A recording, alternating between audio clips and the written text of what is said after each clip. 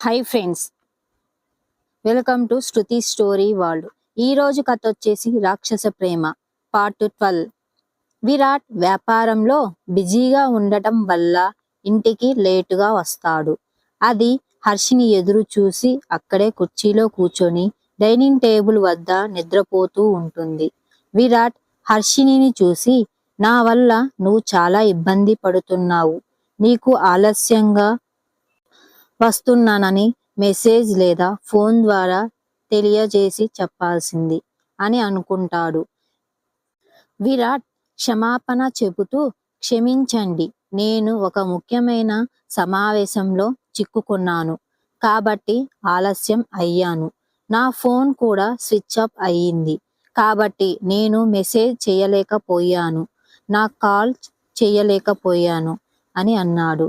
హర్షిని గట్టిగా ఊపిరి పీల్చుకొని, నీ చేతులు ముఖం కడుక్కొని బట్టలు మార్చుకొని రండి, ఈలోపు నేను ఆహారం వేడి చేస్తాను అని అంది. విరాట్ ఏం మాట్లాడకుండా మౌనంగా తల ఊపాడు. హర్షిని ఆహారం వేడి చేయటానికి వంటగదిలోకి వెళ్ళగా విరాట్ దుస్తులు మార్చుకోవడానికి గదికి వెళ్ళాడు. విరాట్ స్నానం చేసి బట్టలు మార్చుకొని కిందికి తిరిగి వచ్చాడు. హర్షిని అన్నాన్ని వేడి చేసి టేబుల్ మీద పెట్టింది. భోజనం తరువాత విరాట్ మరియు హర్షిని విరాట్ గదికి వెళ్తారు. విరాట్ తలని పదే పదే రుద్దుతున్నట్టు హర్షినికి అర్థమయ్యింది. విరాట్ కొంచెం అనీజీగా ఉన్నట్టు గమనించింది. ఏమైంది సార్, మీరు ఇట్లా ఉన్నారు? ఎక్కడో ఏదో తప్పు జరిగిందని నాకు అర్థం అవుతుంది. నేను ఎందుకు తలని పదే పదే రుద్దుతున్నాడు అని అడిగింది. విరాట్ కొంచెం చిరాకుగా, నాకు చాలా కాలం నుండి తలనొప్పి ఉంది అని అన్నాడు. వెంటనే విరాట్ తన చేతిలో నుండి మందులను తీసుకొని, దీని అవసరం లేదు, ప్రతిదానికి మందులు తీసుకోరు, తలనొప్పి పని ఎక్కువగా ఉండడం వల్ల అలా ఉంటుంది, నేను మసాజ్ చేస్తాను, అది బాగుంటుంది అని చెప్పింది హర్షిని. హర్షిని ఎక్కడి నుండి వెళ్ళిపోయింది. విరాట్ ఆమెను ఆపబోతున్నాడు కానీ అప్పటికే హర్షిని అక్కడి నుండి వెళ్ళిపోయింది. ఆమె కొంచెం వేడి చేసిన కొబ్బరి నూనె తెస్తుంది. నేను నీ కోసం కొంచెం వేడి చేసిన కొబ్బరి నూనె తెచ్చాను, రండి, నేను నీకు మసాజ్ చేస్తాను, ఇది తలనొప్పి నయం చేస్తుంది, కూర్చోండి సార్ అని అంటుంది. కొబ్బరి నూనె మసాజ్, అది కూడా తలకి? లేదు, నాకు కొబ్బరి నూనె వాసన కూడా నచ్చదు, నాకు మసాజ్ రాదు, నాకు అది వద్దు, నేను మందులు వేసుకుంటాను, ప్లీజ్ నన్ను అర్థం చేసుకో అని విరాట్ అంటాడు. హర్షిని చెప్పిన మాటలు విన్న తరువాత విరాట్ ముఖం కొంచెం కోపంగా మారిపోయింది. విరాట్ వద్దంటే వద్దు అని కొబ్బరి నూనెను నిరాకరించాడు. హర్షిని అతని వైపు చూస్తూ గట్టిగా బెదిరిస్తుంది. నువ్వు చిన్న పిల్లవాడివా? వాసన ఎందుకు నచ్చదు?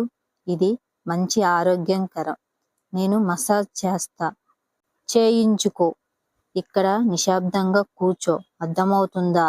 ఈరోజు నువ్వు ఎంత ఆలస్యంగా వచ్చి నన్ను చాలా డిస్టర్బ్ చేశావు అని అంది. నువ్వు ఇంటికి వచ్చినప్పుడు ఇలా ప్రవర్తించకు, ఇక్కడ నిశ్శబ్దంగా కూర్చో, నేను నీ పాదాలకు కూడా మసాజు చెయ్యనీవు, నేను నిన్ను చూసినప్పుడల్లా నువ్వు నీ పని చేసుకుంటూ ఉంటున్నావు గదా, నాకు పిచ్చి పట్టిందా చెప్పు? హర్షిని ఈరోజు విరాట్ని ఎంత కఠినంగా తిట్టింది. ఇంకా ఆశ్చర్యకరమైన విషయం ఏమిటంటే విరాట్ కూడా హర్షినిని తిట్టడాన్ని వింటున్నాడు. అతని ముఖంలో చాలా దయనీయమైన వ్యక్తీకరణ ఉంది. భర్త తన భార్యని తిట్టడాన్ని వింటున్నట్టుగా. మరియు హర్షిని అతనిని తిట్టిన తరువాత అతను నిశ్శబ్దంగా వెళ్ళి హర్షిని అడిగిన చోట కూర్చున్నాడు. ఇది అద్భుతంగా ఉంది, మీరేనా సార్ ఇలా మారిపోయింది అని అనుకుంటూ ఉంటుంది. ఈ దృశ్యం నిజంగా చాలా ఆకర్షణీయంగా ఉంది. నిన్నటి వరకు హర్షిని చాలా ద్వేషించేవాడు, ఆమెని సెక్స్ బానిసలా చూసుకునేవాడు. కానీ ఇప్పటి నుంచి ఒక భర్త తన భార్యను చూసి భయపడుతున్నట్లుగా ఆమెను చూసి భయపడుతున్నాడు. మరియు భార్య తప్పు చేసినప్పుడు తన భర్తను తిట్టినట్లే హర్షిని కూడా అతన్ని తిడుతుంది. విరాట్ కూర్చొని ఉండగా హర్షిని వేడి నూనెతో అతని తలపై మసాజ్ చేయటం మొదలు పెడుతుంది. ఇద్దరు హృదయాల్లో ఒక వింత అనుభూతి చెందారు. ఇది చూస్తుంటే ఇద్దరికి చాలా ఆశ్చర్యంగా ఉంది. మేమేనా ఇలా ఉండేది అని అనుకుంటూ ఉంటారు. ఇద్దరికి ఏమీ అర్థం కాలేదు. విరాట్ నిశ్శబ్దంగా కూర్చున్నాడు మరియు హర్షిని అతని తలను ప్రేమగా మసాజ్ చేయడం కొనసాగించాడు. మసాజ్ చాలా బాగుంది. విరాట్ తలనొప్పి తగ్గిపోవడం, హర్షిని ఒడిపై నిద్రపోవడం ప్రారంభించారు. విరాట్ నిద్రపోతున్నట్లు హర్షిని చూసింది. అతను తన ఒడిలో నిద్రపోతున్నాడు. హర్షిని త్వరగా నేను పక్కన పెట్టి చేతులు తుడుచుకొని విరాట్ మంచం మీదికి తీసుకెళ్ళాలి అని అనుకుంటుంది. హర్షిని విరాట్ని మోయలేకపోయినా విరాట్ని మంచం మీదకి తీసుకెళ్ళింది. అమ్మ ప్రేమగా విరాట్ని మంచం మీద పడుకోబెట్టి దుప్పటి కప్పింది. ఆమె వెళ్ళడం ప్రారంభించిన వెంటనే విరాట్ ఆమె చెయ్యి పట్టుకున్నాడు. హర్షిని వెనక్కి తిరిగి విరాట్ తన వైపు చూస్తున్నట్లు చూశాడు. హర్షిని మనకు ముందే విరాట్ హర్షిని తన చేతుల్లోకి లాక్కున్నాడు. హర్షిని విరాట్ మెడపై పడింది. ఆ తరువాత విరాట్ హర్షినిని వెనక్కి తిప్పి ఆమెను తన పక్కన పడుకోబెట్టి ఆమె ఛాతీపై తల ఉంచి అతని ఏం మాట్లాడకుండా నిశ్శబ్దంగా నిద్రపోతాడు. ఈ విధంగా హర్షిని చాలాసేపు విరాట్ తన చేతుల్లో నిద్రపోవటం చూస్తూనే ఉంది. విరాట్ ముఖం వర్షిణి మెడలో దాగి ఉంది. మరి అతని ఒక కాలు ఆమె 2 కాళ్ళపై ఉంది. విరాట్ హర్షిని ఒడిలో చాలా హాయిగా నిద్రపోతున్నాడు. హర్షిని కళ్ళల్లో కొంచెం ఆనంద బాష్పాలు వస్తున్నాయి. ఇది కదా నేను కోరుకుంటుంది అని అంటుంది. ఈ ఒక్క క్షణం ఇక్కడే గుండె ఆగిపోతే బాగుండు అని హర్షిని తొందరగా తాను అనుకుంటుంది. విరాట్ ముఖం వైపు చూస్తూ, విరాట్, నేను నిన్ను ఎంతగానో ప్రేమిస్తున్నాను. నీకు ఎలా చెప్పగలను? మన మధ్య దూరం ఎప్పటికైనా ముగిస్తుందా? మన మధ్య ఉన్న ఈ వింత సంబంధాన్ని మనం ఎప్పుడైనా అర్థం చేసుకోగలమా?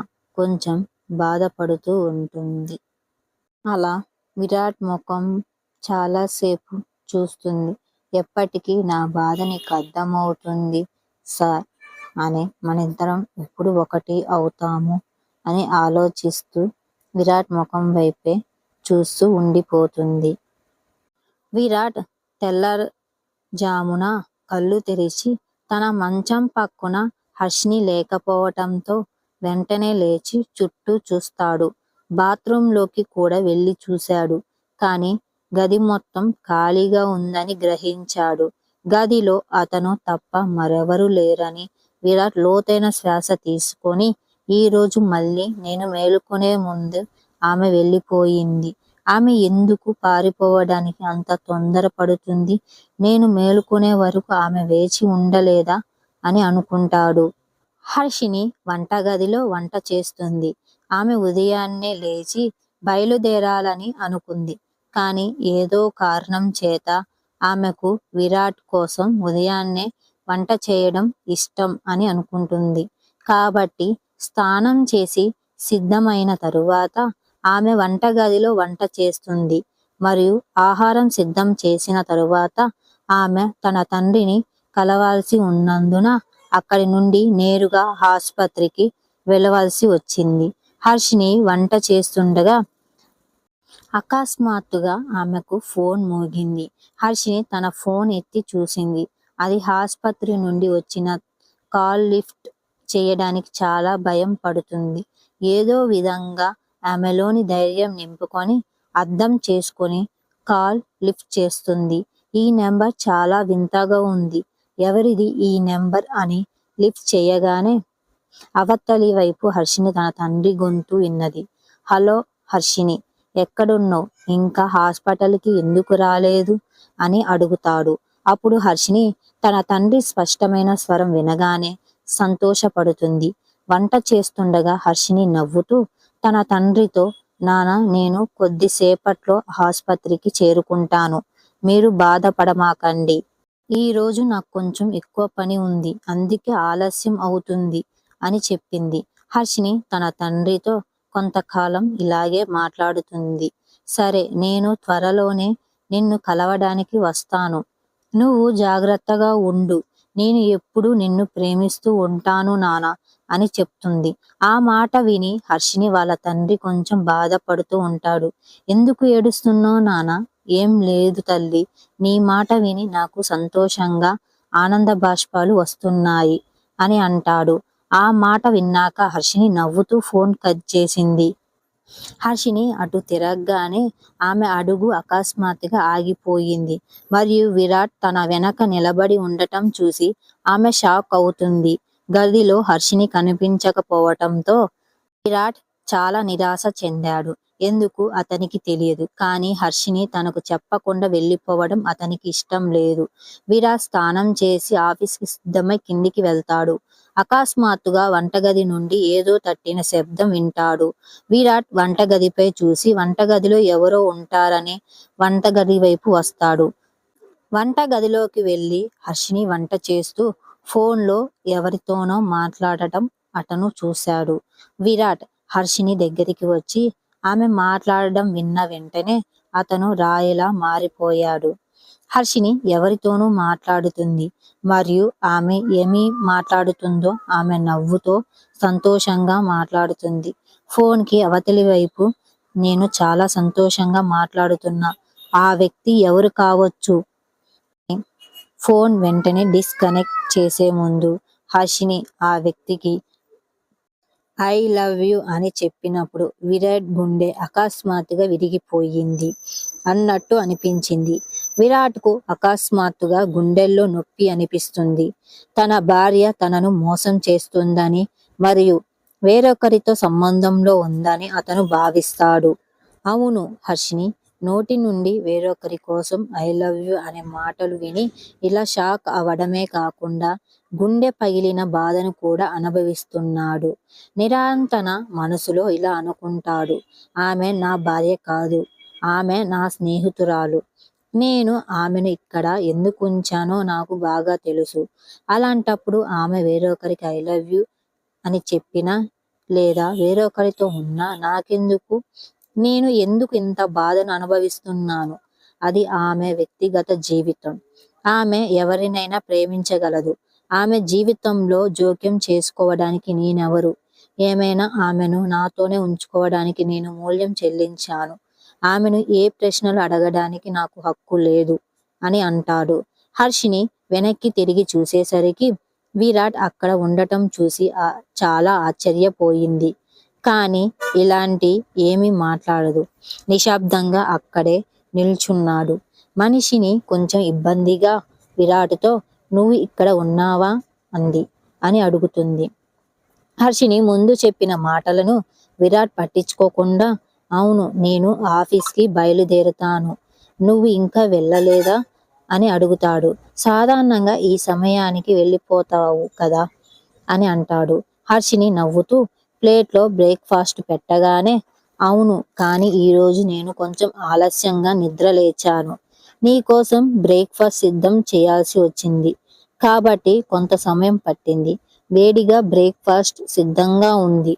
నువ్వు డైనింగ్ టేబుల్ దగ్గర కూర్చో, నేను తెస్తాను అని అంది. విరాట్ దాన్ని నిరాకరించాడు. నాకు అవసరం లేదు, నాకు ఆకలిగా లేదు, నేను ఆఫీస్కి బయలుదేరుతాను అని అన్నాడు. విరాట్ వెళ్ళిపోవడం ప్రారంభించగానే హర్షిని అతన్ని హ్యాపీ చూడు, ఖాళీ కడుపుతో పనికి వెళ్ళడం సరికాదు.